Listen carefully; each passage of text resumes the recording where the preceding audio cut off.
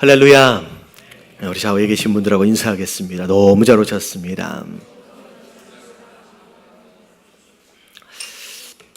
자, 기도해 주신 덕분에 우리 유연순 권사님 수술은 너무 잘 됐어요. 너무 잘 돼서 그래서 괜찮다라고 말씀을 이제 제가 딸로부터 이제 이야기를 들었는데 이제 큰 수술을 하다 보면 중간중간 이렇게 기억이라 그럴까요? 그게 중간중간 끊어지는 상황들이 좀 있대요. 근데 회복이 되면서 다시 돌아오는데 약간 그런 증상이 조금씩 나타나가지고 이렇게 어떤 딸도 알아보고 아들들도 알아는 보시는데 중간에 상황 자체에 대해서 잠깐 기억을 못 하시는 상황들이 좀 있어서 제가 통화를 하니까 권사님이 약간 불안 증세가 좀 있으신 것 같아요. 그래서 하나님 회복되어지는 모든 과정들 가운데 좀 함께하여 주시어서 육신도 마찬가지고 정신도 마찬가지고 온전하게 하나님 지켜달라고 함께 기도해 주시기 바랍니다. 자, 아마 오늘 들어오실 때 뭐 한 장씩 아마 있었을 거예요. 이런 거 혹시 못 받으신 분 있으면 손 들어 주시면 나눠드리도록 하겠습니다. 혹시 못 받으신 분 계시나요? 이런 거. 자, 이거 앞에 표 그려져 있는 건데 다 받으신 거예요? 자, 그러면 잠깐 설명을 드리도록 하겠습니다. 자, 일단 레위기 24장 오늘은 1절부터 9절까지 말씀인데요. 자, 일단 1절부터 3절까지 말씀 먼저 읽고 제가 앞뒤로 좀 설명을 드리도록 하겠습니다. 24장 1절서부터 3절까지 말씀입니다. 자, 다 같이 시작. 여호와께서 모세에게 말씀하여 이르시되 이스라엘 자손에게 명령하여 불을 켜기 위하여 감람을 찢어낸 순결한 기름을 내게로 가져오게 하여 계속해서 등잔불을 켜둘지며 아론은 회막안 증거궤 회장 밖에서 저녁부터 아침까지 여호와 앞에 항상 등잔불을 정리할지니 이는 너희 대대로 지킬 영원한 규례라. 아멘. 레위기에 들어와서 굉장히 많은 정보들을 하나님께서 전달을 하시는데 대량 레위기에서 다루고 있는 내용들 가운데 하나는 일단 하나님께서 이스라엘 백성들에게 순종할 걸 명령하시는 율법에 대한 내용, 그리고 이 10계명을 근거로 613가지의 자세한 어떤 규례에 대한 내용들을 하나님께서 전달하시는 거, 이제 그게 어찌 보면 레위기 안에서의 중요한 부분일 겁니다. 자, 그리고 그 율법과 규례와 더불어서 또 하나님께서 또 강조하셨던 내용이 제사에 대한 내용이었죠. 그래서 우리가 앞에 5가지의 중요한 제사, 5대 제사를 우리가 함께 살펴봤었습니다. 그래서 기억하시죠? 어떻게 돼요? 첫 번째가 번제, 소제, 화목제, 속죄제, 속건제, 이렇게 5가지의 제사, 제사를 드리는 방법도 다르고요, 목적도 다르고요, 이렇게 해서 종류들마다 우리가 함께 다뤘고요. 그리고 그 제사를 드릴 때 불로 태운다, 그리고 들어서 드린다, 흔들어서 드린다, 부어서 드린다라고 하는 그런 제사를 드리는 방법에 따라서도 이름들이 따로 또 있었습니다. 그래서 제사에 대한 내용이 이제 그렇게 있었고요. 자, 그리고 우리가 24장으로 넘어오기 바로 직전 23장 전체적으로, 그러니까 어떻게 보면 이번 한 주간 우리가 새벽 예배 때 이제 서로 묵상하면서 했던 내용의 전체가 어떤 내용이냐면 절기에 대한 내용이었어요. 절기에 대한 내용. 자, 절기에 대한 내용들 가운데 가장 처음에 시작되어진 절기는 안식일에 대한 설명이 먼저 있어지고 나서 그 다음에 절기가 이스라엘의 3대 절기에 대해서 설명이 쭉 이어졌습니다. 그래서 그 절기 때 어떻게 절기를 지내야 할 것이고, 그리고 언제 어떻게, 그리고 뭐 어떤 방법으로에 대한 내용들이 쭉 설명이 나왔었죠. 그런 가운데 아마도 5대 제사는 하도 제가 말씀을 많이 드려가지고 여러분들이 거의 이제 외우신 것 같은데, 이 절기에 대한 내용을 새벽 때 오시지 않는 분들 같은 경우에는 아직 좀 생소할 것 같아서 이건 제가 정리한 건 아니고요, 인터넷에 보니까 나름 잘 정리해 둔 게 있어가지고 제가 참고하기 위해서 카피를 좀 해왔습니다. 그래서 요 내용을 잠깐 설명을 드리고 이게 자, 제목이 뭐라고 나왔냐면 이스라엘의 3대 절기와 또 뭐가 나왔어요? 구속사적 의미, 과연 이게 우리에게 어떤 의미를 갖느냐라고 하는 거에 대해서 좀 설명을 좀 드리고, 여러분 이 부분에 대해서도 여러분 숙지를 해두시면 좋을 것 같아요. 자, 첫 번째, 이스라엘의 3대 절기를 이야기하라고 보면 사람들마다 다 달라요. 사람들마다 다 달라요. 어떤 사람은 뭐 유월절, 그리고 오순절, 그리고 뭐라 그래요? 초막절, 이렇게 이야기하는 사람도 있고, 또 어떤 사람은 뭐 무교절, 칠칠절, 그리고 장막절, 뭐 이런 식으로 얘기도 하기도 하고요. 나팔절 얘기를. 그러니까 뭐 3대 절기라고 이야기를 하는데, 하는 사람들마다 이 세 개의 절기가 조금씩 다른 이름들을 쓰고 있다는 거죠. 근데 자, 우리가 그렇게 되어지는 이유가 뭐냐면, 이스라엘의 3대 절기가 이렇게 세 개로 뭉쳐져 있어요. 자, 뭉쳐져 있는 세 개의 절기가 있는데, 여기에서 더 중요하다고 생각하는 사람들의 입장에 따라서 그 뭉쳐진 데서 하나씩을 고르는 거예요. 그래서 이게 3대 절기하면 서로 이야기가 좀 다른 상황들이 좀 벌어집니다. 그래서 자, 오늘 나눠드리는 이 내용을 보면, 자, 왼쪽이 절기에 대한 내용이에요. 자, 설명을 드릴게요. 자, 첫 번째 나오는 절기가 뭐라고 나와 있어요? 자, 유월절이 나와 있죠. 여러분들, 이 유월절 다음 날서부터의 7일 동안이 뭐예요? 무교절이에요. 다시 말하면 유월절과 무교절은 함께 붙어 있습니다. 그래서 무교절이라고 얘기를 하면 유월절 그때, 유월절이라고 얘기하면 무교절 그때, 이렇게 생각을 하는 거죠. 그래서 유월절과 무교절이 함께 붙어 있고요. 그리고 무교절 다음에 뭐가 같이 붙어 있냐면, 여기 안 나와 있어요. 여러분 이거 적으시면 돼요. 초실절이 함께 붙어 있습니다. 초실절. 자, 유월절, 무교절, 초실절이 다 붙어 있어요. 자, 펜이 없으신 분 손 들어주세요. 펜이 없으신 분. 자, 부끄러워하지 마시고. 자, 있죠? 자, 유월절은 시기가 어떻게 되어 있느냐. 자, 이 시기서부터 이제 헷갈리기 시작하는데, 자, 달력이 3개예요. 달력이 3개예요. 벌써 목소리 머리가 복잡해지죠. 첫 번째, 성경에서 몇 번째 달이라고 이야기하고 있는 그 달은 뭐라고 부르냐면 종교력이라고 부릅니다. 종교력. 그래서 첫 번째 날, 13번째 날, 첫 번째 달에 13번째 날이면 몇 월 며칠이 되는 거예요? 종교력으로 볼 때 1월 14일이 되는 거예요. 자, 거기 나와 있죠. 여러분, 1월 14일이 유월절이 됩니다. 종교력이요. 근데 이 종교력이, 자, 왼쪽 밑에를 보면 태양력, 이건 또 뭔가 우리가 쓰는 달력이에요. 우리가 쓰는 달력. 유대인의 종교력으로 1월 14일이면, 자, 오늘날 우리가 쓰는 달력으로 3월과 4월 중간 정도 된다라고 생각하시면 돼요. 다시 말하면 봄이 이제 막 시작되어진 바로 그 시기다라고 생각하시면 될 것 같습니다. 자, 그리고 나서 유월절, 무교절 그렇게 되죠. 그리고 절기로 볼 때, 자, 초실절까지 같이 붙어 있었어요. 그래서 1년 중에 처음 곡식을 수확하는 때라고 해서 초실절이 함께 붙어 있는 겁니다. 초실절. 자, 유월절의 의미가 뭐예요? 자, 출애굽 당시에 10번째 재앙, 장자가 죽는 재앙을 피하기 위해서 어린 양의 피를 문의 임방과 설주에 바르는 거, 바로 그 사건이 유월절의 기원이 된다라고 생각하시면 될 것 같아요.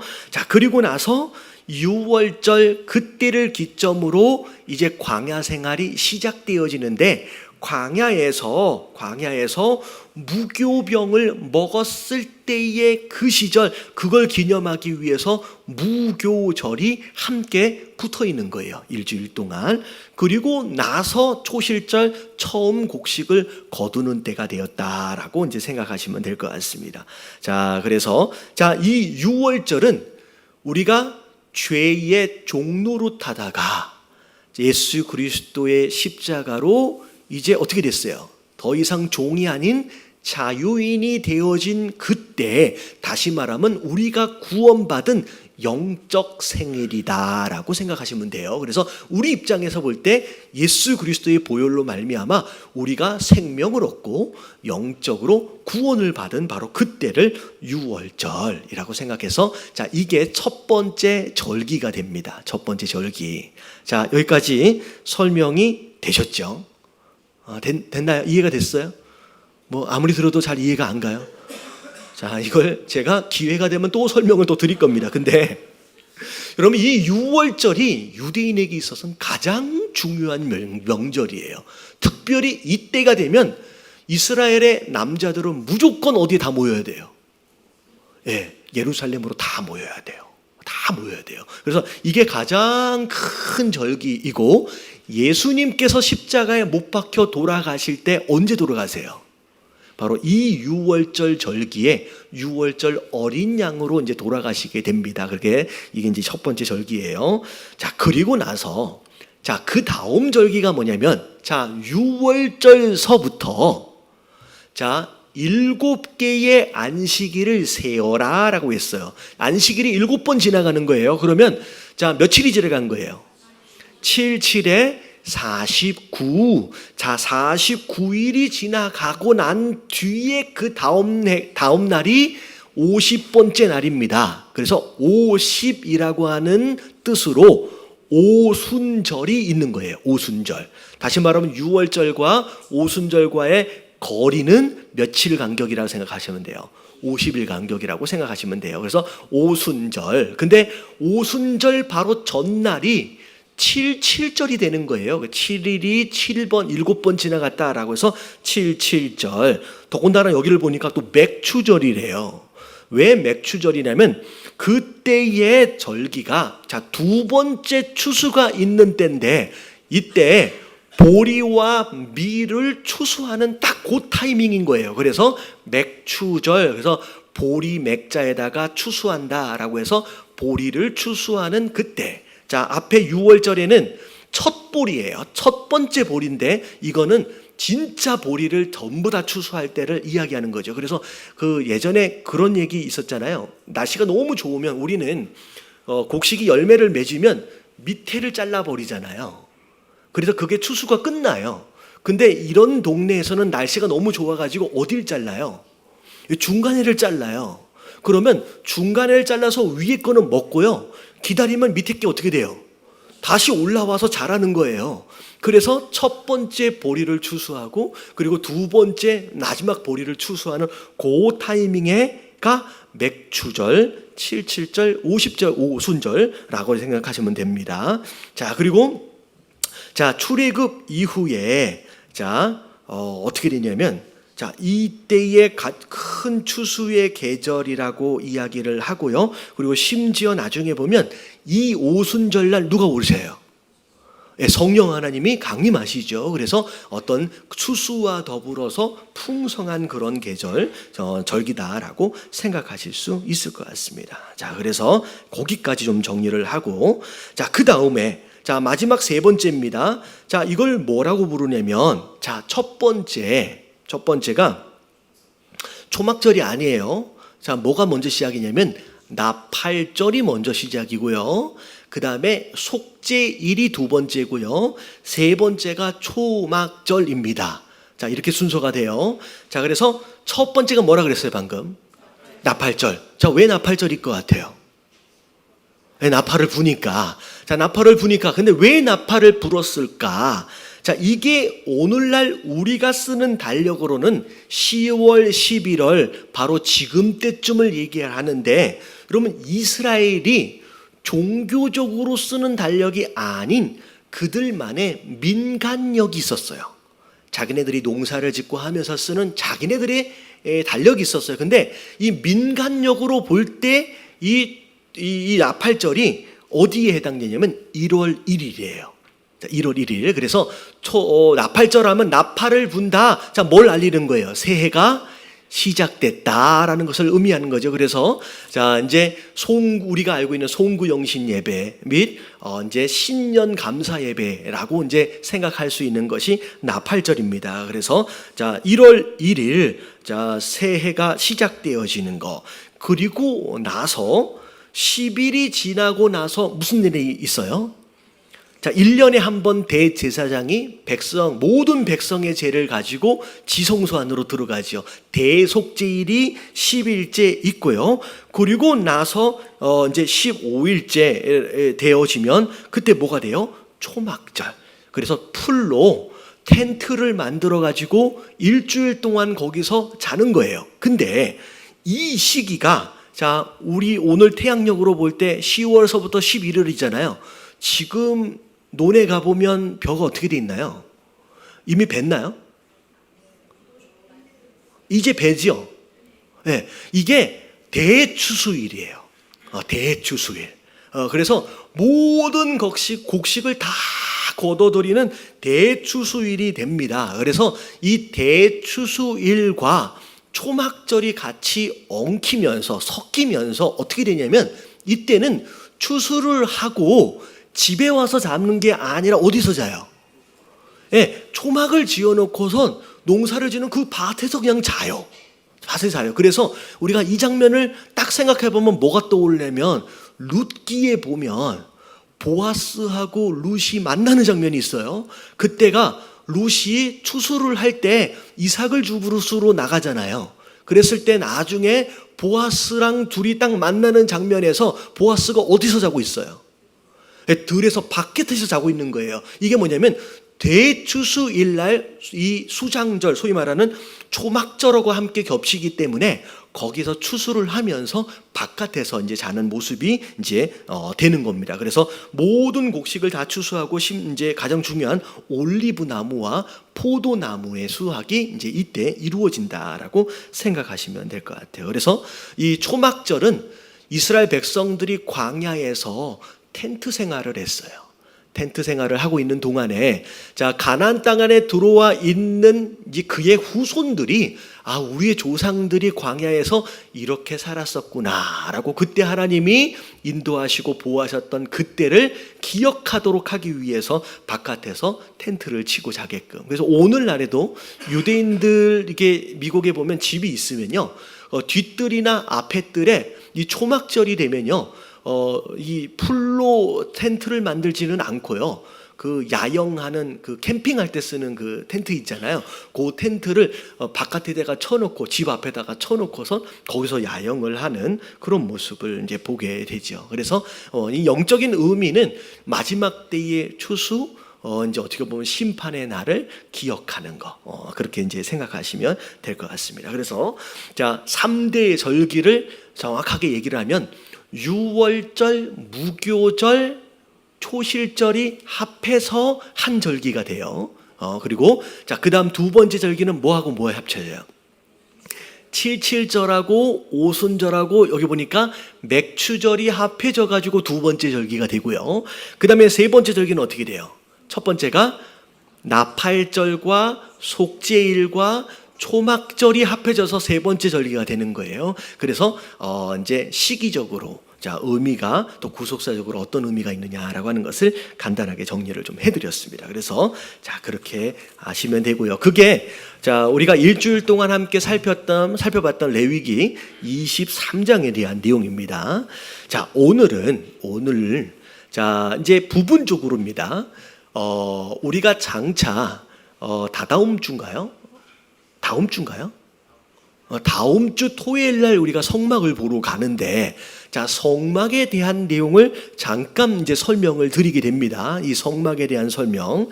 자 방금 앞에 읽어봤던 내용을 보면 자 뭐에 대한 내용이 나오냐면 등잔불이 나와요. 자 전체적으로 좀 설명이 이제 되어지면 좋을 것 같은데 자 전도사님 한번 띄워봐 주실래요? 조금 미리 말씀을 드렸어야 되는데 요거 말고 그거 있잖아요.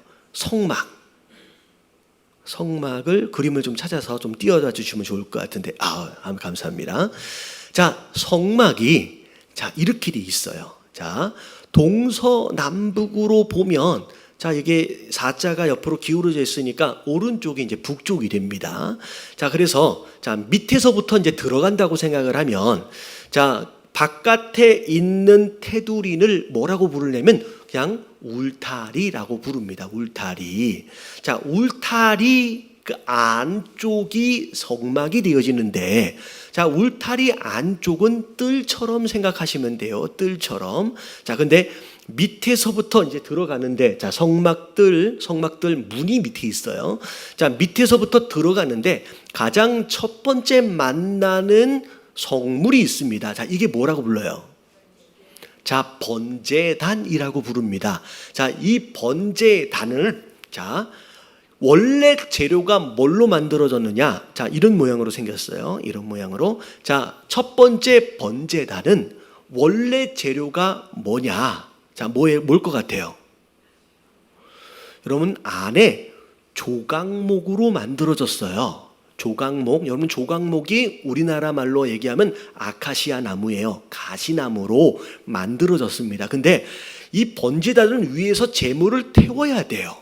근데 여러분, 나무로 만들어져 있으면 어떻게 될까요?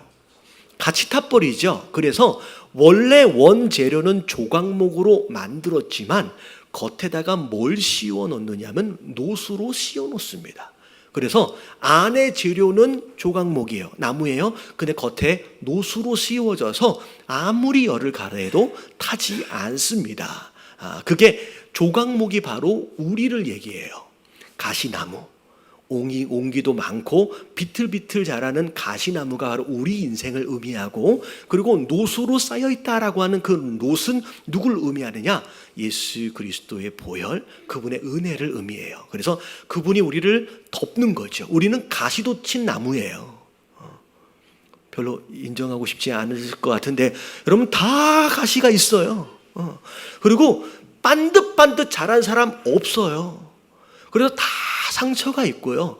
그 상처가 다 가시가 되어져서 이런저런 이야기들로 서로가 서로에게 상처 주고 아파하고 그렇게 사는 게 우리 인생이라는 거죠. 근데 우리가 하나님께 드려지는 번제단 되어지기 위해서 하나님이 어떻게 하셨냐면 그 가시들을 다 쳐내기 시작하는 거예요. 그 옹기들을 다, 옹이라 그러잖아요. 그 나무가 이렇게 비틀어지면서 중간에 뭐 만들어지는 거, 그런 옹이들을 다 쳐내시면서 반듯하게 만드신 다음에 그대로 하나님께 예배하는 장소로 딱 집어넣어버리면 우리는 타버려요. 우리 견딜 수가 없거든요. 그래서 어떻게 하셨어요? 예수 그리스도의 보혈로, 그분의 은혜로 노수로 싹 싸주셔서 그 어떤 불에도 타지 않도록 허락하신 바로 그 모습을 의미합니다. 아마도 자, 다음 주 토요일 날 가면 요는 더 자세한 설명들을 해주실 것 같아요. 근데 일단 번제단은 재물이 타는 곳이에요. 자, 그리고 두 번째, 번제단을 지나가자마자 만나는 게 뭐냐면 물두멍입니다. 여러분, 이 물두멍은 제사를 집례하면서 제사장이 손도 다 더러워지고 집기들이 다 더러워진 상태가 되었을 때 성막 안으로 들어가기 바로 직전에 깨끗하게 손을 닦는 장소다라고 생각하시면 될 것 같아요. 그래서 굉장히 큰 대야, 물이 담긴 대야다라고 생각하시면 되겠습니다. 자, 다음 주에 이런 설명이 될 수 있을지 몰라서 제가 설명을 드릴게요. 성막에 있는 모든 집기와 모든 구조물들은 전부 다 치수가 다 나와 있어요. 하나님이 몇 규빗으로 만들어라 라고 치수가 전부 다 나와 있는데 물두멍만큼은 사이즈가 정해져 있지가 않습니다. 물두멍 사이즈는 얼마나 큰지를 알 수가 없어요. 그 대신 물두멍은 뭘로 만들으라고 얘기했냐면 성전에서, 성막에서 시종을 두는 여인들의 거울을 녹여서 만들어라 라고 하는 말씀하셨어요. 그래서 자, 거울, 자기 얼굴을 보는 거잖아요. 이 거울이 얼마나 많이 녹여져 있느냐에 따라서 이 물두멍 사이즈가 정해지는 거예요. 그래서 그런 의미를 갖고요. 자, 뜰에는 이 두 가지가 있고요. 자, 뜰을 지나서 그 안쪽을 들어가면 맨 처음에 그 평면도를 좀 보여주세요. 자, 물두멍을 지났어요. 그 다음서부터 자, 집이 하나 나오는데 여러분, 이 집은 건축되어진 게 아니라 그냥 텐트예요.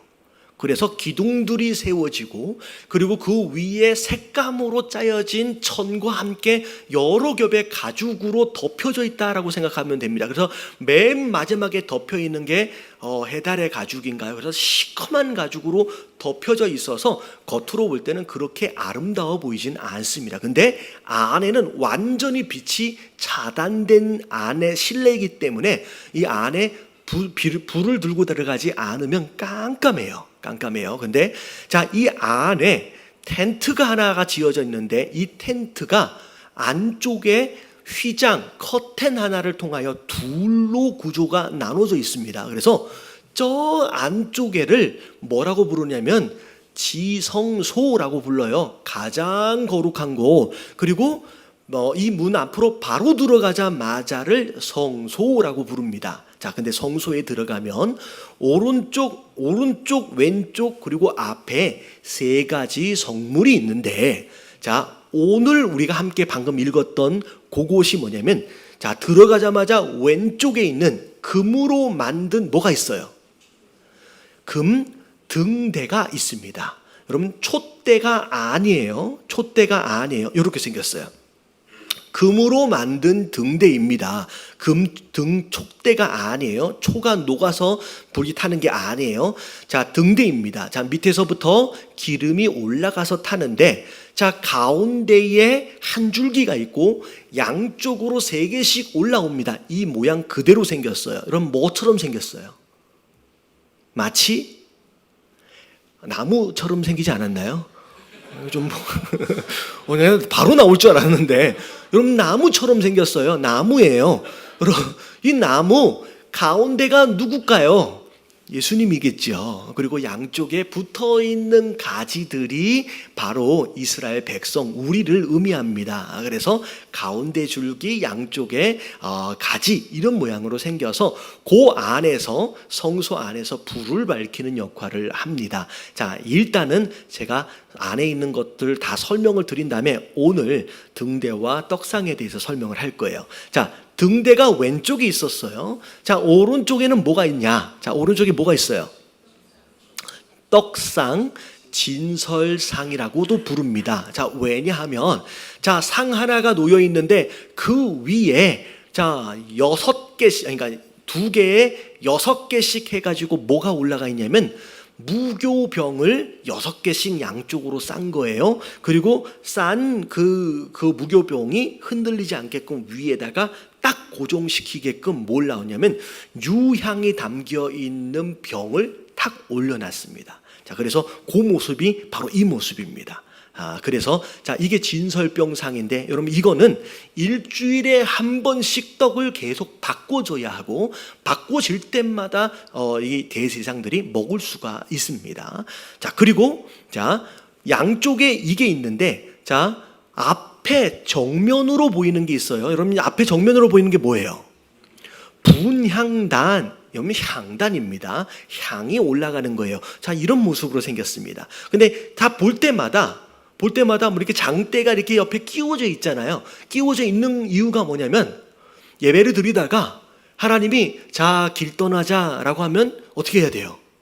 그냥 끼워가지고 또 이동을 해야 돼요. 그래서 항상 이동할 준비가 되어 있도록 하기 위해서 이 장대를 낄 수 있게끔의 구멍과 장대가 옆에 있는 거죠. 그래서 분향단, 향을 피우는 것인데, 제가 전에 말씀드렸죠. 향은 뭘 의미하느냐면 성도의 기도를 의미한다라고 말씀을 드렸어요. 그래서 향이 올라갈 때 천사들이 그 향을 대접에다가 금쟁반에다 딱 담아가지고 하나님께 올라가는 그런 내용이 요한계시록에 나와 있죠. 그래서 분향단이 자, 그렇게 있어요. 자, 분향단을 딱 지나가면 자, 뭐가 가로막고 있어요? 여러분, 휘장이 가로막고 있습니다. 여러분, 이 휘장도 간단하게 우리가 알고 있는 커튼 정도로 생각할 수 있는데, 여러분, 커튼 정도의 두껍기가 아니라 여러 겹의 천이 이렇게 묶어져 있는 상태이기 때문에 거의 두껍기가 손바닥 두껍기만큼 굉장히 두껍습니다. 쉽게 찢어지지 않지요. 굉장히 무겁고요. 자, 그게 성소와 지성소를 가로막고 있는데, 자, 이 휘장을 딱 걷어내는 순간 그 안쪽이 지성소가 돼요. 자, 이 장소는 좀 전에 설명을 드렸죠. 절기 안에서 대속죄일만 누구만 들어가요? 대제사장만 1년에 딱 한 번 죄용서 받기 위해서 그 장소로 들어가는 거죠. 자, 그 안에는 딱 한 가지 그 성물이 하나가 있는데, 자, 그게 뭐냐면 언약궤 또는 법궤라고도 이야기를 합니다. 자, 이렇게 생겼어요. 사실은 어떻게 생겼는지 잘 몰라요. 자, 이렇게 이것도 똑같이 조각목으로, 이거는 금으로 쌓여져 있는데 천사의 모양으로, 천사가 바깥에서 안쪽으로 날개를 향하게 하는 모양으로 생겼습니다. 그래서 자, 이 그림을 보니까 뭐 천사 같은 것 같기도 하고 좀 이상하긴 한데, 이게 사실은 어떤 모양의 천사였는지를 사실은 정확하게 알지는 못해요. 근데 날개를 안쪽으로 딱 이제 가리키고 있는 요 공간, 날개가 만나는 요 공간을 뭐라고 불러요? 여러분, 속죄소라고 부릅니다. 요 공간, 날개가 만나는 요 공간. 자, 요 공간이 왜 속죄소냐면 대제사장이 짐승의 피를 가지고 들어와요. 우술초라고 하는 나무에다가 치피를 발라 가지고 들어와서 그 사이에다가 뿌려요. 자, 뿌리면서 거기서 속죄, 용서함을 받는다라고 해서 속죄의 소가 되어지는 거죠. 그래서 자, 그런 모양으로 생겼는데, 자, 언약궤 하면 가장 기본적으로 특징이 이 안에 뭐가 들어가 있었을까? 이 상자잖아요. 뭐가 들어가 있어요? 10가지 계명을 하나님 주신 10계명 돌판 2개가 들어가 있고요. 또 뭐가 들어가 있어요? 자, 만나가 담겨져 있는 항아리가 들어가 있죠. 사실은 만나는 하루만 지나면 어떻게 된다 그랬어요? 다 썩는다 그랬잖아요. 벌레가 생긴다 그랬는데, 뭐예요? 이 항아리 안에 담겨져 있는 만나만은 수백 년이 지나도 썩지 않는, 벌레가 생기지 않는 그런 만나 항아리로 보존이 된 겁니다. 그리고 또 뭐가 들어가 있어요? 자, 아론의 싹난 지팡이에서 싹이 난 그 지팡이가 안에 이제 들어가 있게 됩니다. 그래서 이게 언약궤가 되는 거예요. 자, 그래서 이게 성막 안에 구약 당시에 하나님을 예배하도록 허락하신 요 장소의 내용들이 자, 오늘 이제 설명이 됐는데, 사이즈가 가로로, 여기로 볼 때 가로로는 22.5cm, 그리고 세로로는 5cm가 아니죠. 죄송합니다. 22.5m. 그리고 미러 이제 길게는 45m라고 생각하면 죄송합니다. 요만한 게 아니에요. 큽니다. 그래서 고만한 사이즈인데, 이건 다음 주에 가서 우리가 실물은 아니죠. 실제 사이즈가 얼마나인지를 한번 이제 보도록 하겠습니다. 자, 오늘 말씀에 자, 첫 번째 1절서부터 4절까지의 내용이 뭐였냐면 등잔불에 대한 내용이었습니다. 자, 이스라엘 자손에게 명령하여 불을 켜기를 위하여 감람을 찍어낸 순결한 기름, 이런 감람나무는 올리브 오일이라고 생각하시면 돼요. 자, 올리브 오일을 가지고 자, 등을 피우는데, 등을 밝히는데, 자, 3절을 보니까 아론은 회막 안에 증거계 휘장 밖에서 저녁부터 아침까지 여호와 앞에서 항상 등잔불을 정리할지니라 라고 나와 있어요. 그래서 꺼지면 돼야 안 돼요. 꺼지면 안 되게끔 계속 불을 피워놓을 것을 하나님께서 명령하셨습니다. 그러면서 자, 그는 여호와 앞에서 순결한 등대 위에 등장들을 항상 정리해야 한다라고 명령을 하셨습니다. 그래서 아론이 어찌 보면 대속죄일에 그런 제사를 드리기 위해서도 들어가지만, 매일매일 이 등이 꺼지지 않도록 하기 위해서 매일 등에 기름을 채우고 심지를 갈아주고 하는 일들을 했다라는 거죠. 근데 그러면 이 등대가 우리가 영적으로 뭘 의미할까? 여러분, 뭘 의미할까? 물론 성막 안에 있는 모든 성물들은 누굴 의미하느냐? 예수 그리스도를 의미합니다. 자, 그래서 빛을 밝히는, 바로 세상의 빛으로 오신 예수 그리스도를 의미하지만, 우리의 신앙생활 안에서의 예배학적으로 좀 보면요, 접근을 하면 이 등대는 성령의 충만함을 의미해요. 성령의 충만함. 그래서 성령의 기름 부으심이 계속 있어진 가운데, 자, 그렇게 되면 어떻게 돼요? 불이 꺼지지 않고 계속 불을 밝히는, 빛을 밝히는 그런 존재가 된다는 거죠. 그래서 우리가 예배자로 삶에 있어서 가장 중요한 것들 중에 하나가 뭐냐면 성령으로 충만해야 돼요. 그리고 우리 안에 계속 기름이 채워져야 돼요. 이 기름이 멈추면 안 돼요. 꺼지지 않도록 계속 정돈해야 합니다. 우리가 조금만 방심하면 그냥 시험 들어요. 조금만 방심하면 넘어질 일 생겨요. 조금만 방심하면 죄 지을 수 있어요. 그렇기 때문에 우리가 방심하지 않고 이 성령의 불이 꺼지지 않도록 계속 기름을 부어주고 심지를 계속 준비해줘야 된다는 거예요.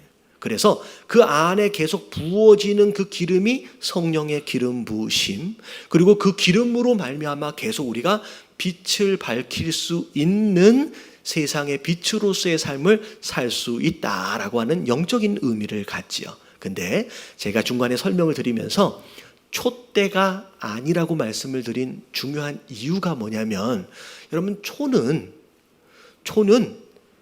뭘 태워요? 여러분, 자기 몸을 태워요. 그럼 자기 몸을 태우면 나중에 어떻게 돼요? 점점 타가지고 없어져요.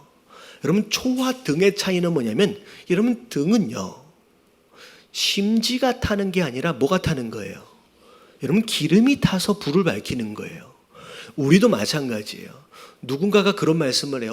너무 봉사를 많이 하다 보니까 번아웃 됐다고. 번아웃 됐다는 얘기는 내가 뭐 했다는 얘기예요? 내가 타버렸다는 얘기잖아요. 여러분, 우리의 예배와 우리의 헌신은 마치 초처럼 나를 태우는 게 아니에요. 여러분, 나를 태우려고 애를 쓰면 여러분 한계가 있어요. 언젠가는 타서 꺼져버리는 거예요. 그게 번아웃이에요. 여러분, 우리가 이 땅에서 빛으로서의 삶을 살아내려면 여러분, 나를 자꾸 태우려고 하지 말고, 여러분, 심지를 태우려고 하지 말고 계속 뭐가 올라와야 돼요? 이 기름이 계속 올라와줘요. 여러분, 기름이 부족하면 부족한 순간서부터 심지가 타기 시작하면서 그때부터 시험 들고요, 번아웃 되기 시작한다는 거예요. 여러분, 성령 충만한 예배자의 모습의 삶이 뭐냐라는 거, 여러분, 자꾸 나를 헌신이라고 해서 나 자신을 태우려고 하지 마시고, 내 사랑으로, 내 노력으로, 내 열심으로 무엇인가를 하려고 하지 말고, 여러분, 예배를 통하여 성령 충만함을 받으시길 주님의 이름으로 축원합니다. 여러분, 성령 충만 받지 않으면요, 금방 지치고 금방 나가 떨어져요.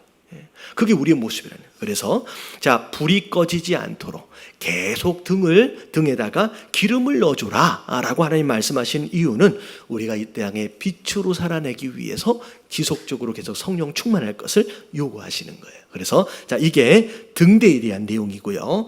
자, 그 다음, 자, 5절서부터 8절까지 한번 읽어볼게요. 다 같이 시작.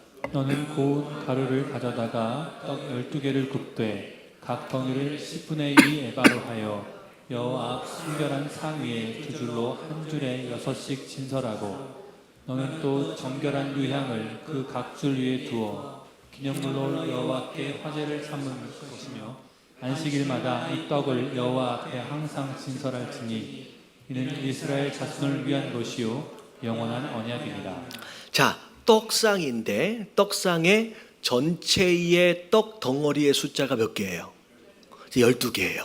자, 이 12개는 12지파가 다 함께 공급받아야 한다라는 그런 의미를 갖겠죠. 근데 떡 하니까, 자, 예수님하고 연결을 하면, 자, 예수님이 우리의 뭐가 되신다? 생명의 떡 되신다라고 언제 연결을 할 수 있겠지요. 그래서 예수 그리스도로 우리가 공급을 받는 거예요. 우리가 예수 그리스도를 먹음으로 우리가 사는 거지요. 그래서 우리가 성찬식을 할 때 우리가 떡을 떼는 순간 내가 예수 그리스도와 연합하고 그곳으로 내가 공급받는 어떤 그런 의미를 함께 생각할 수 있습니다. 그래서 자, 떡상이 생명의 떡 대신 예수 그리스도를 의미하면서, 여러분, 예배자의 입장에서의 해석으로 보면 여러분, 떡상은 뭘 의미하냐면 말씀의 충만함을 의미하는 거예요. 자, 예배자가 자, 성령 충만해야 돼요. 자, 근데 이 예배자가 또 무엇으로 충만해야 돼요? 말씀으로 충만해야 돼요. 그래서 우리의 예배는 사람들의 어떤 논리나 누군가의 철학이나 가치관이 아닌, 자, 무엇으로 충만해야 된다? 여러분, 하나님의 말씀으로만 충만해야 됩니다. 여러분, 그 말씀이 내 안에 들어와서 그게 내 에너지가 되어야 되고요. 그게 내 공급원이 되어야 돼요. 그래서 말씀으로 공급되어지는 가운데 우리가 거기 안에서 건강을 누리고요. 그 안에서의 우리의 삶을 살아낸다라는 것이죠. 그래서 말씀 충만을 의미하는데 중요한 건 뭐냐면, 여러분, 말씀 충만이 서기관이나 바리새인들처럼의 말씀 충만이 되면 안 된다는 거예요. 이들은 이 말씀이 어디로만 채워져 있어요? 여러분, 머리로만 채워져 있어요. 그래서 머리 안에 가득 차 있는 이 지식이 누군가를 비판하고 판단하는 데만 사용이 되어져요. 근데 우리의 말씀은 그렇게 되면 안 된다는 거예요. 그래서 여러분, 이 말씀, 이 떡 위에 뭐가 올라가 있어요? 여러분, 유향이라고 하는, 여러분, 이게 향수예요. 여러분, 이게 그 말씀을 딱 누르고 있는 거예요. 이게 뭐냐면, 우리의 말씀의 충만함은 지식적인 말씀이 아니라 우리의 삶을 통하여 향기로 나타나는 바로 그런 말씀, 삶적인 말씀 생활을 의미한다는 거죠. 여러분, 우리 안에 들어온 이 말씀이 여러분 삶 속에서 향기가 되어지시게 되길 주님의 이름으로 축원합니다. 그래서 이 말씀이 넘어지지 않게끔, 쓰러지지 않게끔 두꺼운 무거운 이 잔으로 이 유향이 탁 누르고 있으면서 그 위에선 계속 뭐가 나요? 유향의 향기가 계속 흘러나오는 거예요. 그래서 우리의 말씀 생활은 바리새인과 서기관으로 지식적인 것으로 잘못되어지면 안 되는 거예요. 우리가 향기로, 삶으로 나타나는 바로 그런 삶이, 그 모습이 되어야 됩니다. 그리고 이 말씀도 어떻게 해요? 일주일에 한 번씩 계속 교체를 해줘야 됩니다. 바꿔줘야 돼요. 다시 말하면 우리가 한 번 본 말씀으로 여러분 평생을 살아간다, 여러분 그러면 안 돼요. 여러분 매일매일, 어떻게 보면 매주 하나님이 공급하시는 그런 말씀으로 충만해져야 한다라고 하는 것을 의미합니다. 그래서 왼쪽에 성령 충만, 오른쪽에 말씀 충만. 자, 여기는 설명은 아직 오늘은 안 되지만, 자, 가운데 무슨 충만이 있어요? 향단, 기도 충만. 그래서 말씀, 성령, 기도의 충만함이 우리가 하나님 앞에 지성소로 나아갈 때 하나님을 대면하는 바로 그런 예배자로서 가장 기본적으로 필요한 세 가지 충만함이다라고 설명을 이제 할 수 있을 것 같아요. 자, 그래서 9절 말씀 한번 읽어볼게요. 시작.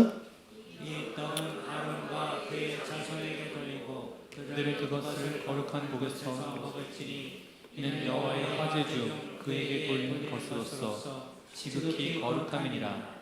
이는 영원한 규례니라. 예, 그래서 이 무교병은, 떡상 위에 올라가 있던 12덩이의 무교병은 아무나 먹을 수 있는 게 아니라 하나님 앞에 드려진 것이기 때문에 제사장만 먹을 수 있도록 하나님께서 구별하셨습니다. 그래서 여기까지가 등잔불하고 진설병에 대한 내용이었고요. 자, 10절서부터 볼게요. 자, 10절과 11절 말씀 같이 봅니다. 시작. 이스라엘 자손 중에 그의 어머니가 이스라엘 여인이요 그의 아버지는 애굽 사람인 어떤 사람이 나가서 한 이스라엘 사람과 진영 중에서 싸우다가 그 이스라엘 여인이 아들이 여호와의 이름으로 모독하며 저주함으로 우리가 끌고 모세에게로 가니라. 그의 어머니의 이름은 슬로미시요 단지바 디브리의 딸이었더라. 자, 한참 성막에 대해서 설명을 하다가 갑자기 돌발적인 상황이 벌어진 거예요. 자, 어떤 사건이 벌어졌느냐면, 누군가가, 이 누군가에 대한 설명이 뭐라고 나와 있냐면, 어머니는 어디 여자예요? 자, 이스라엘. 근데 아버지가 누구예요? 자, 애굽 사람입니다. 자, 이런 부류의 사람들이 제법 이스라엘 안에 섞여 있었어요. 왜냐하면 출애굽해서 나올 때 애굽 사람들과 함께 동반해서 나오기도 했고요. 그리고 430년 동안 애굽에서 살다 보니까 그 안에서 서로 이제 혼혈이라 그럴까요? 이렇게 서로 민족끼리 교차해가지고 결혼하는 일들이 많이 있었기 때문에 이런 사람들이 제법 있었습니다. 그런데 아버지가 애굽 사람이고 어머니가 이스라엘 사람입니다. 근데 자, 이 사람이 진영 안에서 뭐 했어요? 싸웠어요. 자, 옆에 계신 분들에게 인사 좀 해주세요. 싸우지 맙시다. 네. 그럼 이스라엘 백성들이에요. 근데 그 안에서 서로 싸웠어요. 근데 여러분 싸우면 뭐 하게 돼 있어요? 여러분 흥분하기 시작해요. 그러니까 싸우면 이성을 잃어요. 여러분 이때를 되게 조심해야 돼. 어찌 보면 분노하죠. 억울한 거예요. 여러분 두 사람이 함께 싸웠는데 자, 어느 한쪽이 당연히 내가 잘못했지라고 인정하면 싸움이 아니겠죠. 둘 다 억울하다는 거예요. 여러분 재판장에 가보면요, 피고가 됐든 원고가 됐든 다 뭐하다 그래요? 나는 억울하다 그래요. 여러분 싸웠다라고 하는 건 둘 다 억울한 거예요. 그래서 사실은 화가 많이 난 거예요. 분노하게 된 거예요. 격분하게 된 거예요. 여러분 이때를 조심해야 되는데 이 사람이 사람 때문에 싸웠는데 이게 어디까지 튀었느냐. 자, 그 사람이 어떻게 됐어요? 여호와의 이름을 모독했어요. 자, 하나님의 이름을 아주 함부로 얘기했다는 거예요. 여러분 절대 화가 나더라도 여러분 신앙에 관련해서는 함부로 말을 던지지 마시길 주님의 이름으로 축원합니다. 여러분 화가 난다고 신앙에 관련해서 하나님과 관련해 가지고 아무렇게나 내뱉는 말 여러분 하나님 다 듣고 계신다는 얘기예요. 근데 하나님의 이름을 모독했어요. 심지어 저주까지 했대요. 굉장히 화가 나서 이성을 잃은 거죠. 그랬더니 자, 무리가 모세에게 끌고 옵니다. 끌고 와요. 그래서 자, 그를 가두어 두고 모세가 기다려요. 하나님이 과연 이런 사람을 어떻게 처분해야 될지에 대하여 기다린 거예요. 하나님 명령을 기다렸더니 자, 여호와께서 모세에게 말씀하여 이르시되 14절 같이 한번 읽어봅니다. 시작. 그 저주한 사람을 진영 밖으로 끌어내어 그것을 들은 모든 사람이 그들의 손을 그의 머리에 얹게 하고 온 회중이 돌로 그를 치지니라. 어떻게 됐어요? 자, 그 말을 들은 사람들로 하여금 어떻게 하래요? 그 사람 머리에다가 안수를 하래요. 이 이야기는 어떻게 보면 말하는 것도 죄지만 거기에서 함께 들은 것도 뭐가 되는 거예요? 이게 죄가 될 수 있다라는 거예요. 하나님의 이름에 대하여 잘못 이야기하고 있는 그 장소에 함께 있어서 그 이야기를 내 귀로 함께 공유했다. 그러면 그것으로 내 마음과 생각에 미치는 영향이 있다는 거예요. 그래서 그게 남지 않도록 들은 것에 대한 모든 허물과 죄를 이 사람에게 다시 거꾸로 돌리는 거예요. 그리고 나서 이 사람을 어떻게 하래요? 돌로 쳐 죽여라 라고 사형에 처합니다. 그래서 어찌 보면 정말로 이런 일들이 벌어지지 않도록 하기 위해서 하나님이 진짜 본보기로 이 사람을 죽이는 일이 벌어지는 거죠. 그러면서 자, 오늘 10절의 설명을 보니까 이 사람이 사실은 엄마만 이스라엘 사람이에요. 그러니까 어떻게 보면 혼혈아예요. 그러다 보니까 자, 혹시 오리지널 이스라엘 사람하고 혼혈인 사람하고 하나님이 어떤 법의 처벌이 주어질 때 이게 공평하지 않게 주어질 수도 있는 상황이 되기 때문에 하나님께서 의도적으로 뭐라고 말씀하시냐면 자, 15절 16절 같이 한번 읽어볼게요. 시작. 너는 이스라엘 자손에게 말하여 이르라. 누구든지 그의 하나님을 저주하면 죄를 담당할 것이요 여호와의 이름을 모독하면 그를 반드시 죽일지니 온 회중이 돌로 그를 칠 것이니라. 거류민이든지 본토인이든지 여호와의 이름을 모독하면 그를 죽일지니라. 예. 자, 법을 적용하는 데 있어서 이 사람은 혼혈이니까 더 심하게 해도 되고 본국인이면 안 해도 되고 그러면 돼야 안 돼요. 그러면 안 된다는 얘기예요. 법이 적용이 될 때는 이 사람이 나랑 가까운 사람이든 가깝지 않은 사람이든 공평하게 반드시 한 가지 기준을 가지고 처벌을 해야 된다라고 하나님께서 일부러 말씀하시는 거예요. 근데 사실 이게 우리 안에 심느냐? 그럼 그게 쉽지가 않지요. 남에게 적용하는 잣대와 나에게 적용하는 잣대도 많이 다르고요. 내가 싫어하는 사람한테 적용하는 잣대와 내가 좋아하는 사람에게 적용하는 잣대가 달라요. 근데 그러면 된대요, 안 된대요? 그러면 안 된대요. 그래서 요즘에 하도 자주 이야기하는 사자성어가 있어요. 사자성어가 있어요. 그 사자성어 뭔지 아세요? 그 정확한지 모르겠는데 무슨 내로남불 뭐죠? 맞나요? 그냥 내가 하면 뭐래요? 내로남불이 뭐냐면 내가 하면 뭐가 된대요? 로맨스고요. 남이 하면 뭐가 돼요? 불륜이래요. 여러분 이런 법이 어디 있어요? 여러분 정확하게 기준을 가지고 이 사람이 어떤 사람이냐만 상관이 없이 그 벌을 따라서 합당하게 처분이 되어져야 된다. 그게 공평이고 공정한 것이 아니냐라고 하나님께서 그게 이스라엘 백성이든 아니든 상관이 없이 동일하게 적용할 것에 대해서 하나님께서 말씀하시는 거예요. 자, 이런 내용들을 보면서 우리도 마찬가지예요. 우리도 이런 이중잣대를 버려야 합니다. 그리고 나랑 친한 사람, 나한테 잘해주는 사람에 대해서는 굉장히 멀시하고요.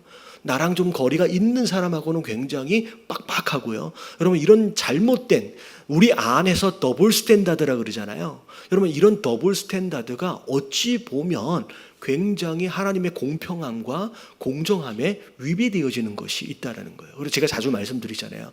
누가 착한 사람이에요?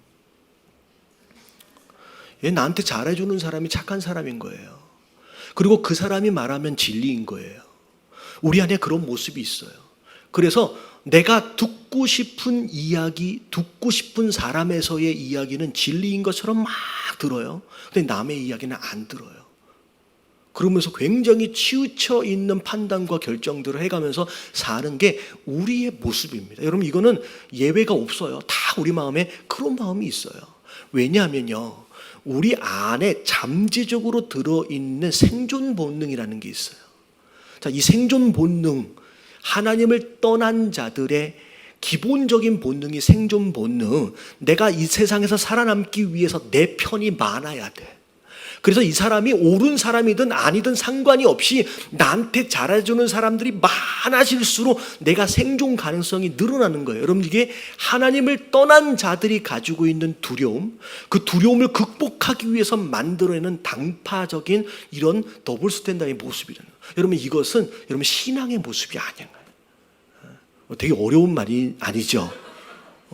여러분 이런 마음 가지면 안 돼요. 여러분 우리가 공평하고 공정하게 누구의 얘기든 다 귀를 열어서 들을 수 있는 저와 여러분들 되시길 주님의 이름으로 축원합니다. 자, 그리고 사람을 그리고 나서 17절에 보니까 자, 17절, 18절 같이 한번 읽어볼게요. 시작. 만일 사람을 쳐 죽인 자는 반드시 죽일 것이요 짐승을 쳐 죽인 자는 짐승을 갚을 것이며 사람이 만일 그의 일생에 피해를 입었으면 그가 행한 대로 그에게 행할 것이다. 자, 누군가에게 피해를 줬어요. 여러분 누군가에게 상처를 줬어요. 여러분 하나님께 나와서 회개하면 끝나는 게 아니에요. 분명히 성경에 나와 있다시피 여러분 속건제에 대한 내용을 설명을 드렸잖아요. 이건 사람에게 상처 주고 해로움을 준 것은 두 대상에게 죄 지은 거예요. 첫 번째는 누구에게 죄를 지었어요? 여러분 사람에게 잘못을 했어도 내가 하나님 백성이기 때문에 하나님 앞에 죄를 지은 거예요.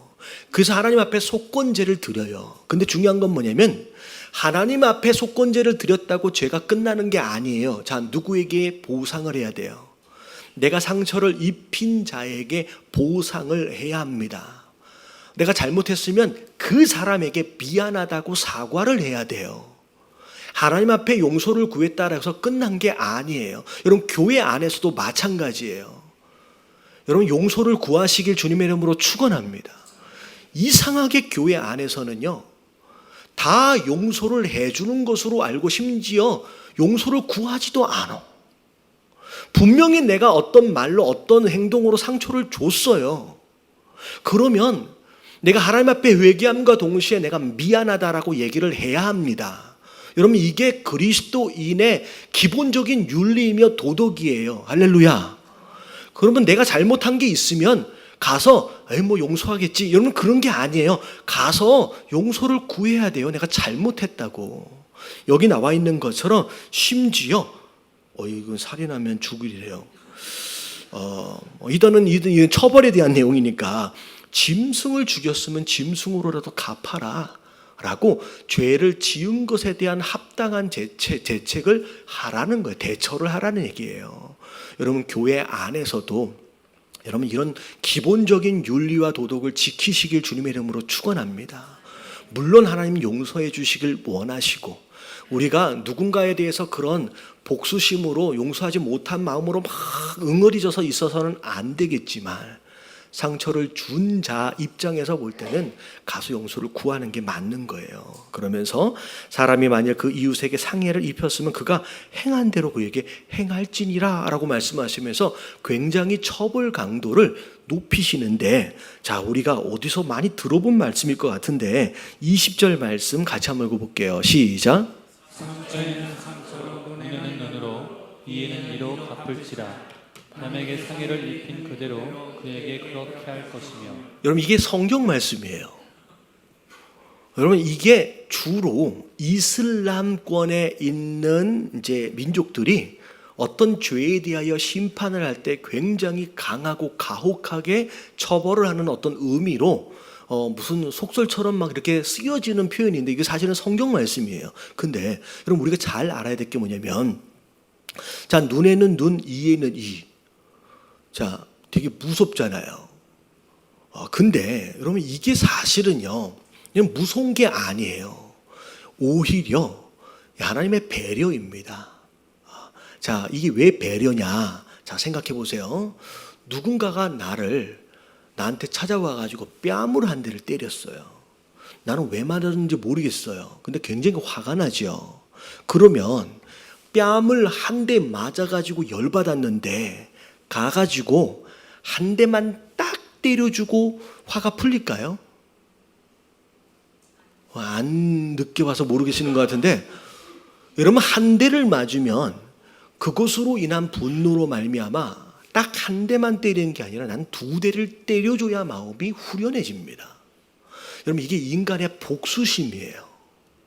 여러분 이때 당시에 어떤 죄를 짓게 되면 그 죄를 지어서 피해를 본 가족들이 가만히 내버려 두지 않습니다. 가서 사실은 다리 하나를 부러뜨렸는데 가서 뭐 해버려요? 그냥 죽여버려요. 여러분 이런 일들이 어찌 보면 당한 입장에서의 분노로 말미암아 그 분노로 말미암아의 너무 지나친 처벌과 어떤 복수심이 그 당시에 굉장히 많았다라는 거죠. 그래서 하나님 뭐라고 말씀하시냐면, 자 눈에는 눈, 이에는 이까지가 아니라 그 이상은 안 된다는 거예요. 그 이상 네가 복수심에 그 분노로 그 누군가를 그렇게 갚아줘서는 안 돼. 거기까지만이야 라고 하향선을 딱 정해 주신 거예요. 무슨 얘기인지 아시겠죠? 그래서 이 말씀은 정말로 잔인하게 처벌하라는 얘기가 아니라 불필요하게 잘못된 복수심으로 인하여 지나친 처벌이 유발되지 않도록 하나님께서 막아주시는 법이다라고 생각하시면 될 것 같아요. 자, 그리고 다음에 짐승을 죽인 자는 그것을 물어줄 것이요 사람을 죽인 자는 사형입니다. 자, 22절, 23절 같이 한번 읽겠습니다. 시작. 구름인에게든지 본토인에게든지 그 법을 동일하게 할 것은 나는 너희의 하나님 여호와임이니라. 모세가 이스라엘 자손에게 말하니 그들이 그 저주한 자를 진영 밖으로 끌어내어 돌로 쳤더라. 이스라엘 자손이 여호와께서 명령하신 대로. 네, 그래서 자 누구든 상관이 없이 법은 공정하고 공평하게 집행되어져야 한다라고 하나님 명령하시고 그 말씀에 이스라엘 백성들이 순종하게 됩니다. 자, 그래서 오늘 굉장히 많은 말씀들을 함께 나눴는데 우리 같이 이 말씀 좀 기억하시면서 찬양하며 좀 나갔으면 좋겠습니다. 특별히 성막에 대해서 우리가 좀 살펴봤어요. 자, 우리가 또 뭐였죠? 절기에 대해서 살펴봤습니다. 여러분, 절기는 우리가 신앙생활을 함에 있어서의 우리의 삶의 기준과 방향성이에요. 우리가 어떻게 살아야 하느냐라고 하는 것에 대한 기준과 방향성, 그리고 성막은 예배자로서 하나님 앞에 어떻게 나아가야 하는지에 대하여 우리의 자세와 우리의 마음의 태도를 이야기해 주는 거죠. 그래서 여러분 이 시간 함께 찬양하면서 기도하실 때 하나님, 주님 앞에서 우리의 인생을 살아감에 있어서 정말 주님 앞에 예배함에 있어서 오늘 들은 말씀을 기준으로 그렇게 살아낼 수 있는 사람들 될 수 있도록 해달라고 그런 간절히 결단하면서, 자, 여호와의 유월절이라고 하는 찬양입니다. 이 시간 하나님 은혜를 덮어주시고 특별히 아침에 처음 설명드렸던 대로 가시나무 같은 우리를 다듬으시고 그리고 거기에 노수로 쌓아주셨어요. 그래서 번제단이 되는 거거든요. 하나님, 이 시간 우리에게 은혜를 허락하여 주시옵소서. 정말 아카시아 나무처럼 가시돋친 우리의 인생을 하나님 다듬어 주시고 노수로 잘 쌓아주셔서 예수 그리스도 잘 쌓아주셔서 하나님을 온전하게 예배할 수 있는 예배자가 될 수 있도록 해달라고 우리 다 같이 찬양합니다.